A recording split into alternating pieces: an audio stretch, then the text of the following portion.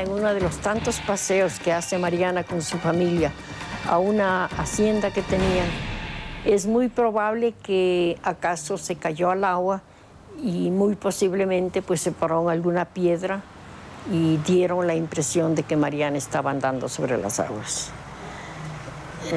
Bueno, en este punto yo digo, el que quiera creer, que crea. Con Olor a Santidad presenta Mariana de Jesús, la santa que aprendió a morir. Mariana de Jesús vivió en Quito en el siglo XVII y fue la primera santa que tuvo el Ecuador. Declarada heroína nacional muchos siglos después de su muerte por entregar su vida por sus coterráneos, Mariana fue modelo de vida espiritual para otras beatas como Narcisa de Nobol y Mercedes de Jesús. Se dice que desde su nacimiento, hechos sorprendentes matizaron su vida y la acompañaron incluso hasta después de su muerte. Porque desde el momento que nace, cuando aparece en el cielo alguna señal extraordinaria, dan por cierto y seguro que quien ha nacido es una santa. Pues estas ya son cosas que Dios hace, ¿no?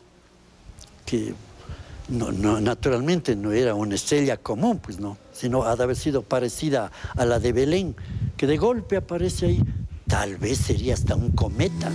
Mariana de Jesús inició su vida piadosa y de sacrificios desde muy pequeña, guiada siempre por su madre, una quiteña de la época de la colonia en la que se vivía un ambiente de misticismo y religiosidad. Porque cuando era chiquitica y aún vivía su mamacita, ella le acostumbró a que puesta de rodillas imitase la crucifixión del Señor. No había otra ocupación que el rezo, las visitas, las idas a la iglesia, los sacramentos, todo eso. Todo giraba alrededor de la religión. Entonces, muchas familias habrían querido tener en su seno una santa, ¿no? Acudía a la iglesia de la Compañía de Jesús a diario. Allí veneraba con mucha devoción la imagen de la Virgen de Loreto traída por los españoles y años más tarde pediría ser enterrada bajo ese mismo altar. Y aquí se consagró a la Virgen de Loreto en la congregación de señoritas que se llamaba Esclavas de la Virgen de Loreto. Había muchas mujeres en la casa. Ella tenía muchas primas y sobrinas. Y de hecho, los juegos a los que se dedicaba ya de chiquita era representar procesiones. Siempre hizo penitencias desde chiquita. Parece que el papá ya era mayorcito cuando ella nació. Tampoco de eso murió él. Después murió la mamá. Y la que le crió fue la hermana mayor, que le debía llevar no menos de unos 20 años a ella. Desde los 7 años fue guiada espiritualmente por los jesuitas, quienes se hicieron cargo de su formación religiosa. Y a medida que crece, sorprende a sus coterráneos con su comportamiento místico y los rumores de supuestos milagros. El milagro, digamos, más famoso en su vida fue la resurrección de una india ahorcada por su marido. Y le llevan al cadáver, ella reza sobre ella, le ponen las manos y resucita la india. Es una niña que desde su infancia pues demuestra una sensibilidad, paciencia, una gran dulzura. Entonces es una niña que vive con el deseo de complacer a todo el mundo. No tiene arranques, no tiene nunca un acto de violencia. Es muy fácil pues hacer de ella una santa y no una loca. Además, en esa época nadie se habría atrevido a decir que era una loca. Su fama de santidad crece y Mariana decide recluirse en su casa para dedicarse por completo a la perfección espiritual y la vida consagrada. Las consagradas tenemos a Jesús, a Cristo, la segunda persona de la Santísima Trinidad como esposo. El esposo es una sola persona común. Ella fue una santa seglar, como usted. No fue religiosa nunca. Se hizo como un cuartito especial en su casa, un poco más aislado, y allí vivía ella. Salía solo para ir a la misa, para dar catecismo a los niños. Ese cuarto tenía una ventanita que daba a la calle. Y por ahí ella primero oía la misa todos los días que un sacerdote celebraba en el Arco de la Reina. Los relatos juramentados del proceso canónico cuentan que Mariana se despide de su familia y amigos pidiéndoles que a partir de entonces la consideraran muerta. En su humilde cuarto, un cráneo y un ataúd la ayudan a prepararse para ese momento. Ella, consciente e inconscientemente, ella hacía mortificación, mucha mortificación, pero de una manera muy sana, porque lo hacía por amor a Dios.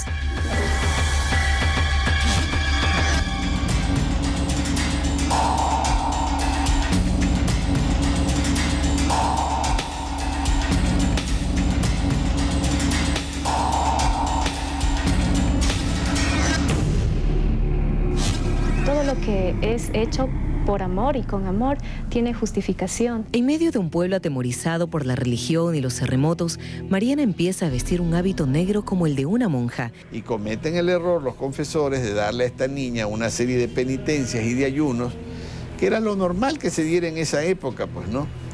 Pero esta niña inteligente superaba esas pruebas y pedía otras más difíciles y se las volvían a dar y las volvía a superar. En la época de Mariana de Jesús, por ejemplo, estaba de moda la vida de Santa Rosa de Lima y se escribió todo un manual de las penitencias y los ejercicios de atormentación que hacía Rosa de Lima.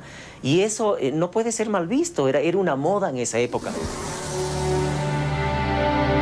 A las 4 me levantaré, haré disciplina, pondréme de rodillas, daré gracias a Dios. Repasaré por la memoria los puntos de la meditación de la Pasión de Cristo. De 4 a 5 y media, oración mental. De 5 y media a 6, examinarla. Pondréme los cilicios, rezaré las horas hasta nona. Haré examen general y particular. Iré a la iglesia. Esto fue un juego que duró hasta que esta niña, perdida la conciencia del mundo real. Para Luis Miguel Campos, quien ha estudiado varios documentos históricos de Mariana, existe detrás de este personaje una historia secreta. Este es un pasadizo secreto que para mí es muy importante porque es uno de los únicos vestigios que tenemos de un pasadizo secreto colonial. Campos cree que existió un acceso subterráneo desde la casa de Mariana hasta la capilla del antiguo hospital que quedaba justo enfrente, donde se construyó un cuarto secreto para Mariana. Donde ella iba a escuchar misa, pero además a practicar sus ejercicios, ¿no? Sus penitencias. ¿Pero por qué no se menciona este pasadizo secreto en los procesos canónicos de Mariana? ¿Qué existe de este supuesto pasadizo en el Museo de la Ciudad de Quito? Porque realmente se requiere una fuerte investigación histórica detrás de esto para afirmarlo, ¿no? El museo no la tiene.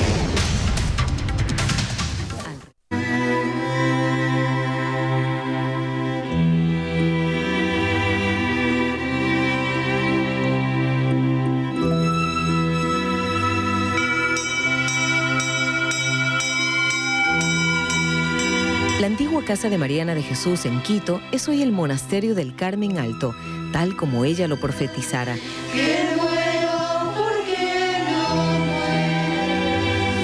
Hasta aquí llegamos con Luis Miguel Campos para conocer su historia sobre el pasadizo secreto. Allá era la puerta, había una puerta de hierro. Yo ya no la conocí, pero esa puerta sí existió hasta los años del siglo pasado.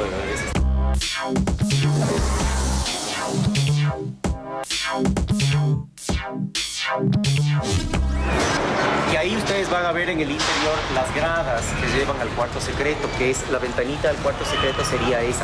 Esa siempre existió. Y esta de acá. Son las dos ventanitas del cuarto secreto. Y esta de aquí es una ventana que en terminología de pasadizo secreto se llama ventana falsa, ¿no? Claro. Porque es una ventana que tú ves y dices, es una ventana. Pero ya lo van a ver desde dentro, es una ventana engañosa.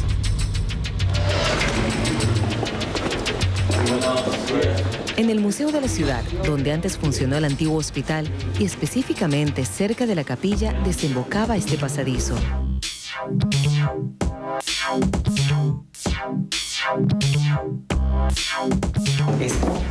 Esto era hasta acá, hasta el alto de la ventana. ¿Ya? Entonces, cuando tú estabas en el cuarto, tú veías la ventana. Y jamás se te hubiera podido pensar que había un cuartito, ¿no? Era incluso mucho más, el vano este era más chiquito, no se veían los lados. Era simplemente un tragaluz, muy chiquitito para que entren. En la restauración bajaron hasta acá, claro, hasta que se vea, ¿no? Que se ve. Y ahí está la puerta de la que yo te hablaba. Esa puerta nunca existió. Esa puerta la hicieron en los años 80, debe haber sido. Porque pensaban que tenía acceso hacia afuera, pero no es verdad. El acceso original es por aquí abajo.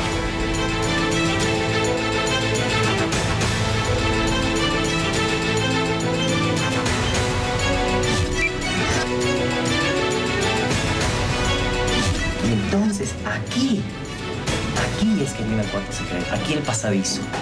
Esto no había. Y aquí es que llega a la calle, por aquí sí va a estar la calle.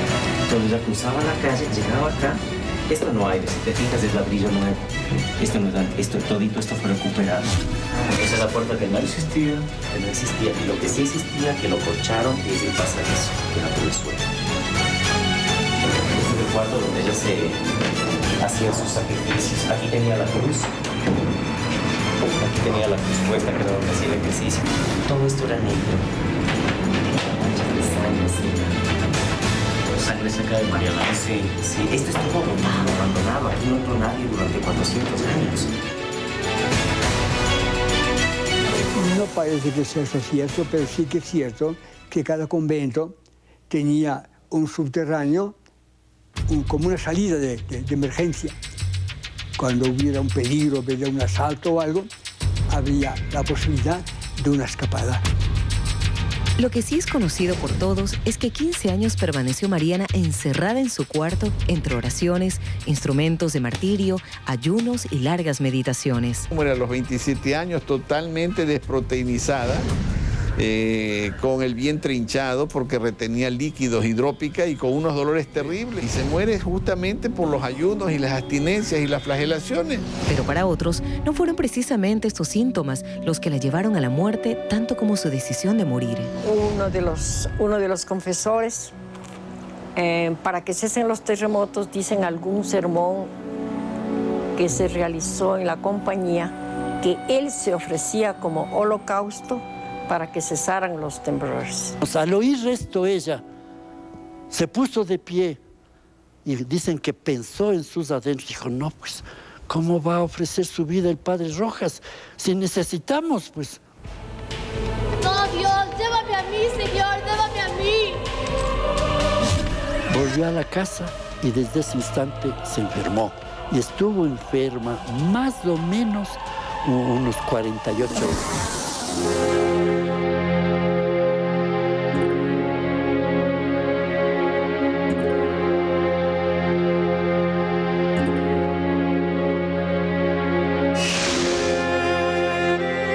De la muerte de Mariana de Jesús se escriben cosas tan misteriosas como de su vida.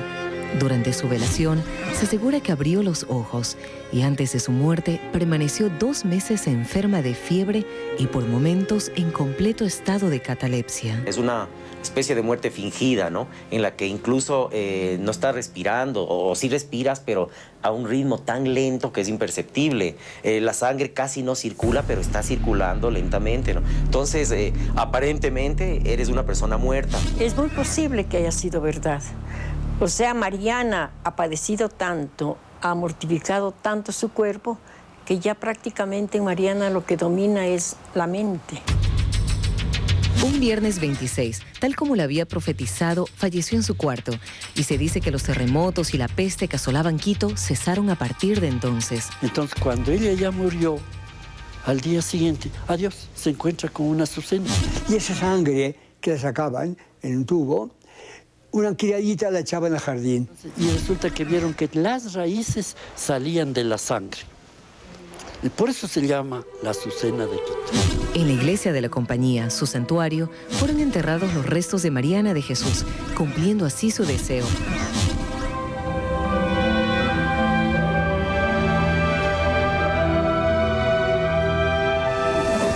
Allí también se conserva su vihuela, un instrumento musical de la época con el que entonaba alabanzas para Dios.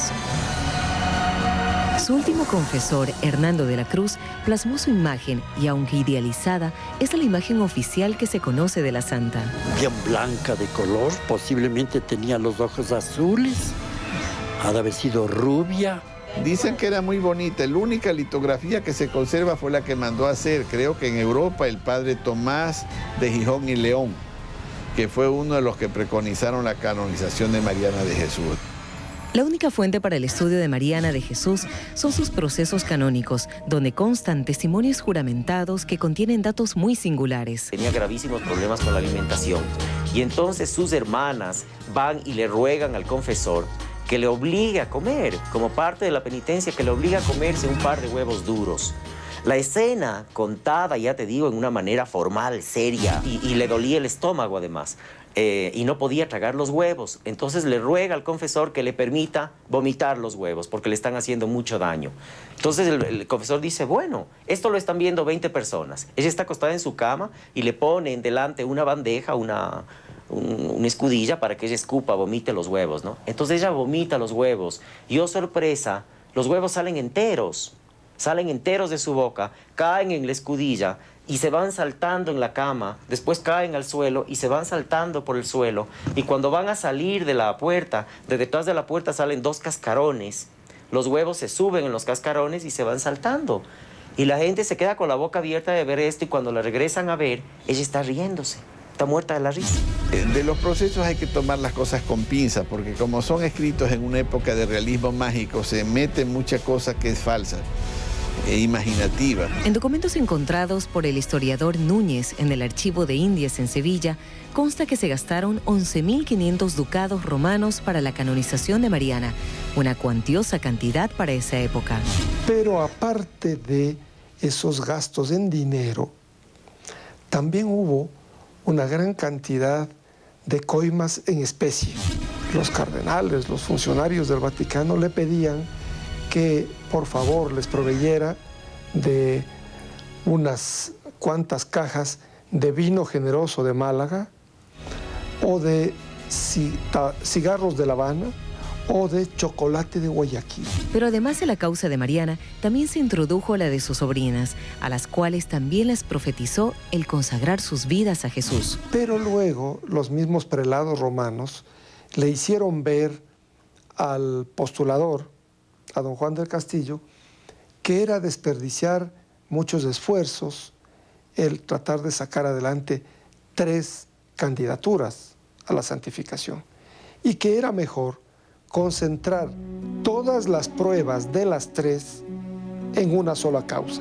Creo así a ojo, por la experiencia que tengo en esta materia, que se necesitarán, por ejemplo, no menos de unos $200.000 actualmente.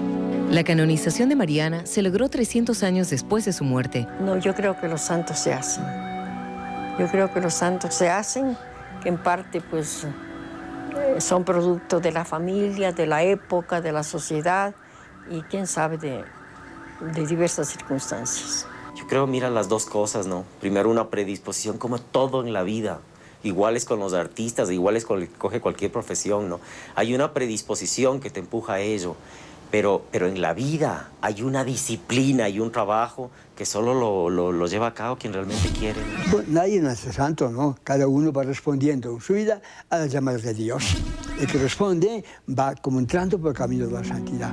Y se dice que de todas las santas es la que más penitencias ha practicado. Dicen los testimonios juramentados de sus confesores que nunca cometió ni un pecado venial. Si hiciéramos un análisis desde la orilla de la ciencia, que es en lo particular lo que a mí me interesa, podríamos decir que Mariana fue más bien una anoréxica, una chica que con esto de mortificarse, como entonces hacían varias gentes, mortificar el cuerpo para purificar el alma, había llegado al extremo de no comer, de castigarse con cilicios, de hacer ayunos, de hacer exageradas cuestiones para mortificar el cuerpo.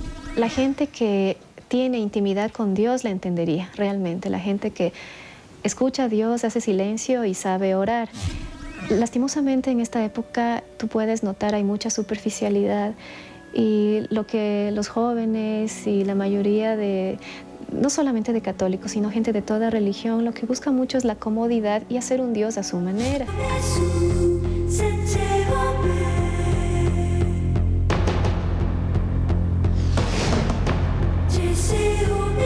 Elogiada y censurada, la vida de Mariana es controversial, pues en su época fue considerada santa, pero en la actualidad este concepto ha evolucionado. La tomarían como una persona, digamos, un poco sádica. Es que no entienden el sentido de su penitencia. La mortificación y la penitencia no son bien entendidas, sobre todo en estos tiempos. Creen que es una locura. Ahora las santas actuales son como Teresa de Calcuta, que ya también es beata, ¿no es cierto? Y recién muerta. Ella se dedica al servir a los pobres, etcétera, etcétera. Bueno, se santifica. Una espiritualidad propia de la época, que podría conceptualizarse desde la perspectiva actual como una condición patológica, pero era propio de la época en la que se estaba viviendo. Un hecho que marca a Mariana es sin duda la muerte de sus padres. Se cree que por la pérdida de sus padres tenía tendencia a rasgos de personalidad de tipo depresivo. Cuando uno reza, se da una activación del área más importante del cerebro del hombre, que es el lóbulo frontal, que es la más reciente en evolución. Y esta área se satura, por decir así, de todas aquellas sustancias que tienen efecto de recompensa. Lo más probable, si viene una persona que me dice que ve a Dios y que está tan alegre y que quiere cambiar el mundo y que tiene poderes para poder cambiar el mundo y que empieza a regalar cosas. Entonces yo diría en mi diagnóstico que es un trastorno bipolar en fase maníaca. Entonces cuando una persona está rezando, se llena de esa emoción tan intensa que podría tener la característica de una droga. Para la escritora Alicia Yanes, la época en que vivió Mariana también marcó parte de su personalidad. En general, una sociedad demasiado cerrada.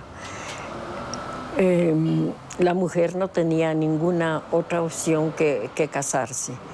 El dominio de la iglesia en la sociedad quiteña era muy fuerte.